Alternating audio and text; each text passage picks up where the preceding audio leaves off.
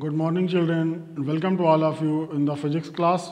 Today, I will continue the second part of the chapter sound. In first video, all of you know about the sound, its range, types of waves, transverse waves, longitudinal waves.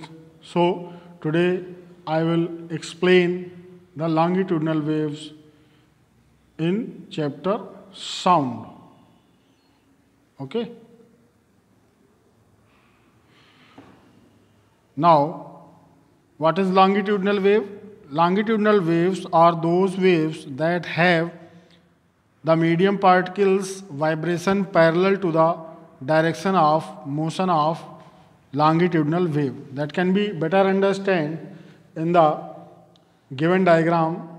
In this diagram, we can see somewhere the spring is rarefacted and somewhere compressed.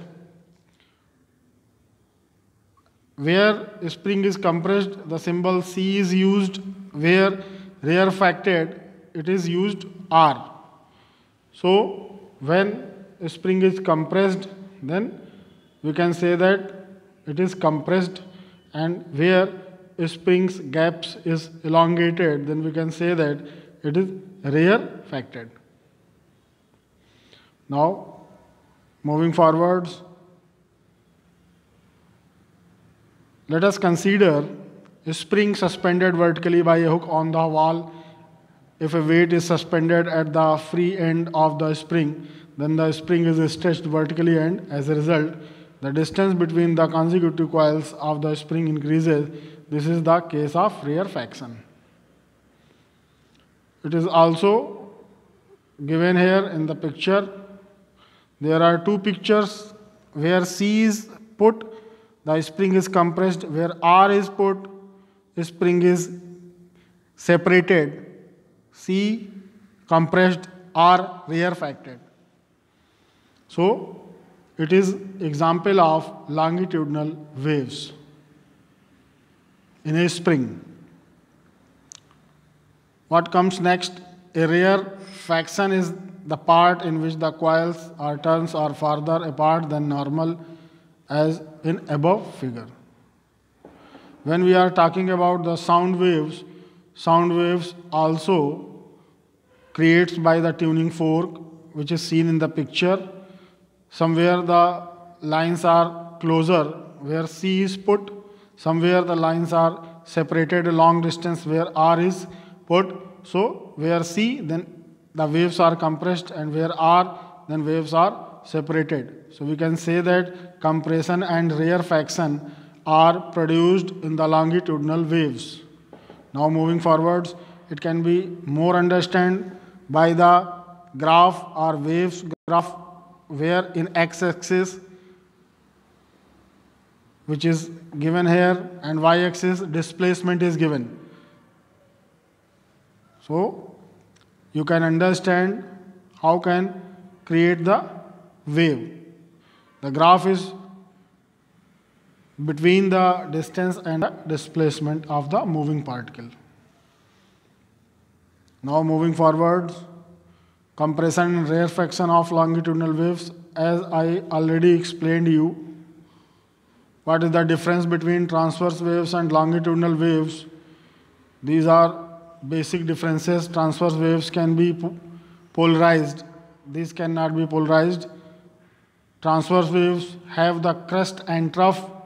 However, longitudinal waves are compression and rarefactions.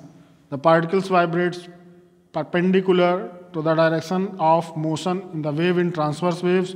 However, the medium particles are parallel to the motion of the wave.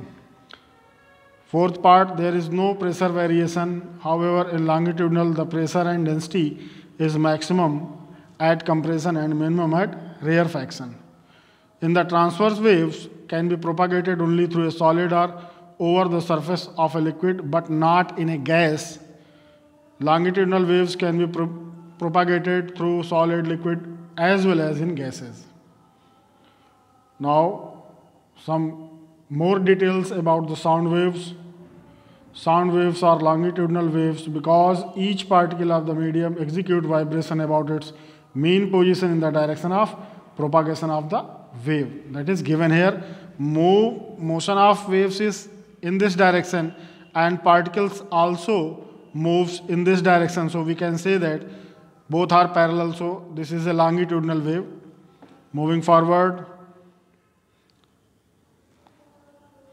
some important definitions which are given here. First is amplitude. What is amplitude? Amplitude is maximum displacement that is given here. The value of this, or this. The maximum displacement in the y-axis is called amplitude. However, frequency, number of oscillation in 1 second is called frequency, and its unit is hertz. Bigger units are kilohertz and megahertz. 1 kilohertz is 10 to the power 3 hertz and 1 megahertz is 10 to the power 6 hertz. Now moving forward, next definition is wavelength.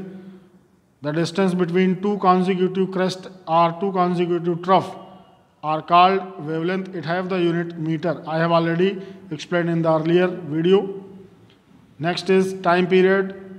The time taken to complete one vibration or one oscillation is called time period, and it is denoted by capital letter T. SI unit of time period is second. Now moving forward, wave velocity. The distance covered by a disturbance in some particular medium in 1 second is called wave velocity. It is denoted by letter V, and its SI unit is meter per second.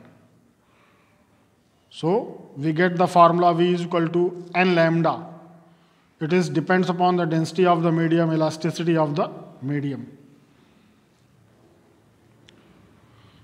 Now relation between frequency and time period, I have explained earlier that time period is the reciprocal of the frequency. That is T is equal to 1 upon n, where T is time period and n is the frequency. Now next, in the time t, distance covered by the wave is lambda. So in 1 second, lambda upon t distance can be traveled. So velocity of wave is equal to distance covered by the wave in 1 second. So v is equal to lambda upon t, and 1 upon t is equal to n. So v is equal to n lambda. This is the formula comes here. This is very important for numerical purpose. Now moving forward, next important thing is pitch. What is pitch? Violin, sitar, guitar, all the instruments, or you can say musical instruments, played at the same time in an orchestra, and we can hear properly which sounds comes or which instruments are used in the orchestra due to their pitch, because pitch are different for different instruments.